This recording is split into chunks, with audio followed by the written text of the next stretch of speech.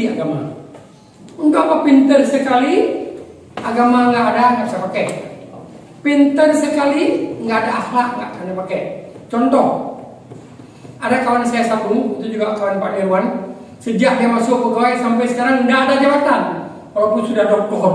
Kenapa? Akhlaknya nggak betul. Di sini juga dulu pernah ribut dengan si Budi.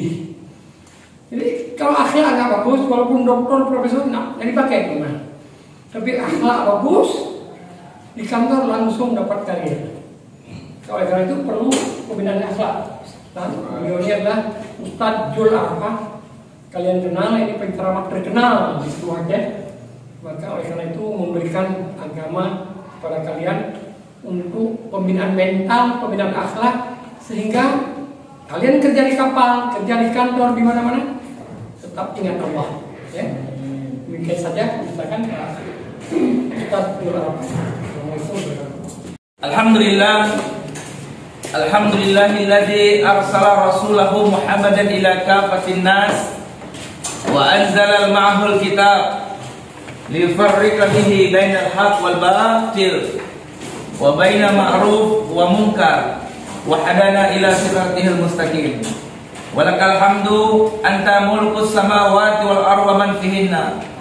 Walakal hamdu anta nur ya Allah, nurus samawati wal ardi wa man fihinna.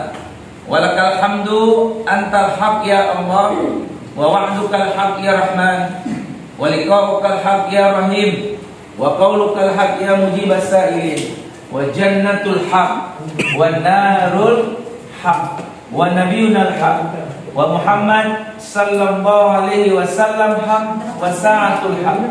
Asyhadu an la ilaha illallah wahdahu la syarika lah, wa asyhadu anna Muhammadan abduhu wa rasuluhu la nabiyya ba'da.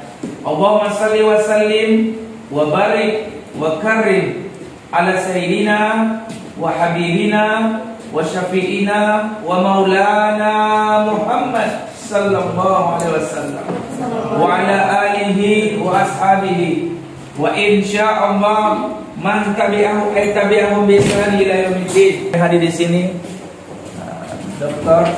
Bakri yang terus bersama saya alhamdulillah di subuh keliling Arafah. Kemudian yang saya hormati guru besar saya Ustaz Amir Hamzah. Adik-adikku sekalian, pada kesempatan ini kita akan membahas bagaimana semua kita sukses di dunia dan di akhirat. Maka itu nanti saya akan mengajak dulu ya ulama salaf. Itu belajar adab itu 30 tahun 20 tahun lebih lama ketimbang belajar ilmu. Maka itu nanti kita akan bahas tentang bagaimana kita mencetak generasi-generasi yang sukses. Generasi yang sukses itu maksudnya apa? Apa hanya sukses di dunia? Tidak.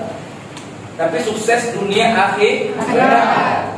Dunia gak lama loh. Percaya, mentang-mentang umur kami masih 16, 17, 20, banyak yang umur 20 mati. Hati-hati ya. Banyak yang umur 21 gak mati-mati.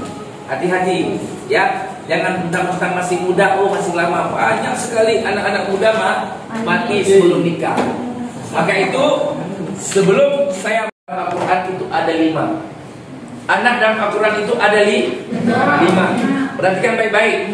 Pedoman kita Al-Quran dan hadis. Kalau kalian berpegang teguh dengan Al-Quran dan hadis, kalian akan sukses dunia akhirat.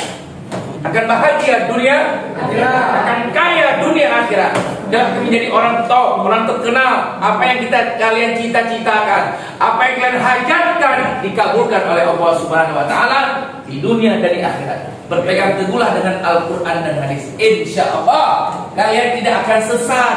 Paham? Berpegang teguhlah dengan Al-Quran dan hadis. Insya Allah kalian akan bahagia, akan sukses, akan berhasil dunia akhirat. Tapi kalau kalian berpegang teguh dengan omongan manusia, WhatsApp, media sosial, yudillu ka ansabilillah, akan menyesatkan kalian dari jalannya Allah. Maka itu ada masalah, kembali pada Al-Quran dan hadis. Ada bencana, kembali pada Al-Quran dan hadis. Ya, ada penyakit, kembali pada Al-Quran dan hadis.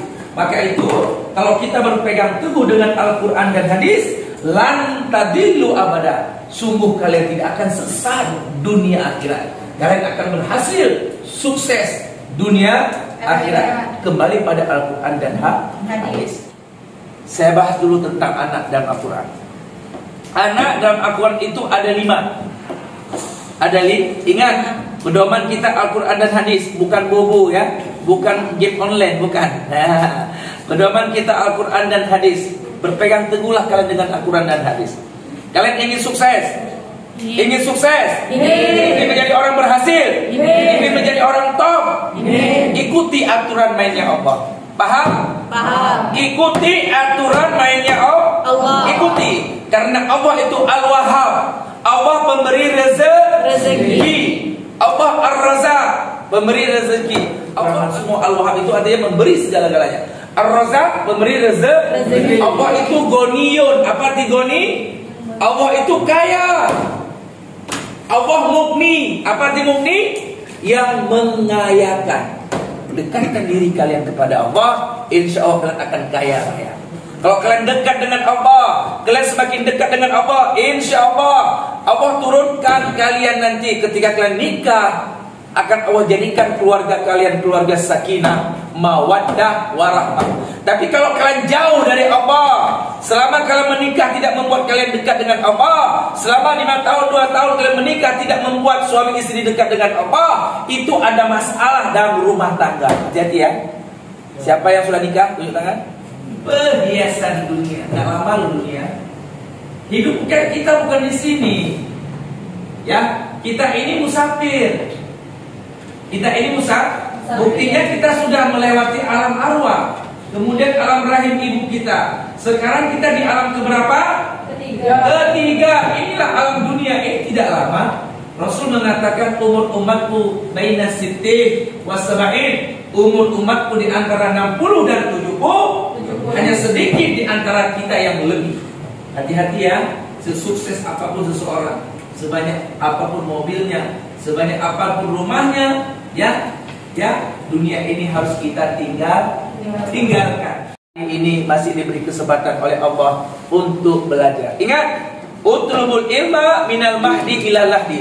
Tuntutlah ilmu dari aidan sampai ke liang lahat. Ingat, man kharaja, barang siapa kharaja, keluar, di dalam talabil ilmi, dalam menuntut ilmu, wa huwa fi sabilillah. Perhatikan baik-baik, niat kalian diubah nanti dari rumah. Barang siapa yang keluar dari rumah untuk menuntut ilmu, fahuwa fi sabilillah, dia di jalan Allah. Tiba-tiba kalian ditabrak sama truk, lalu kalian meninggal karena niat tadi menuntut ilmu, kalian meninggal dalam keadaan fi sabilillah.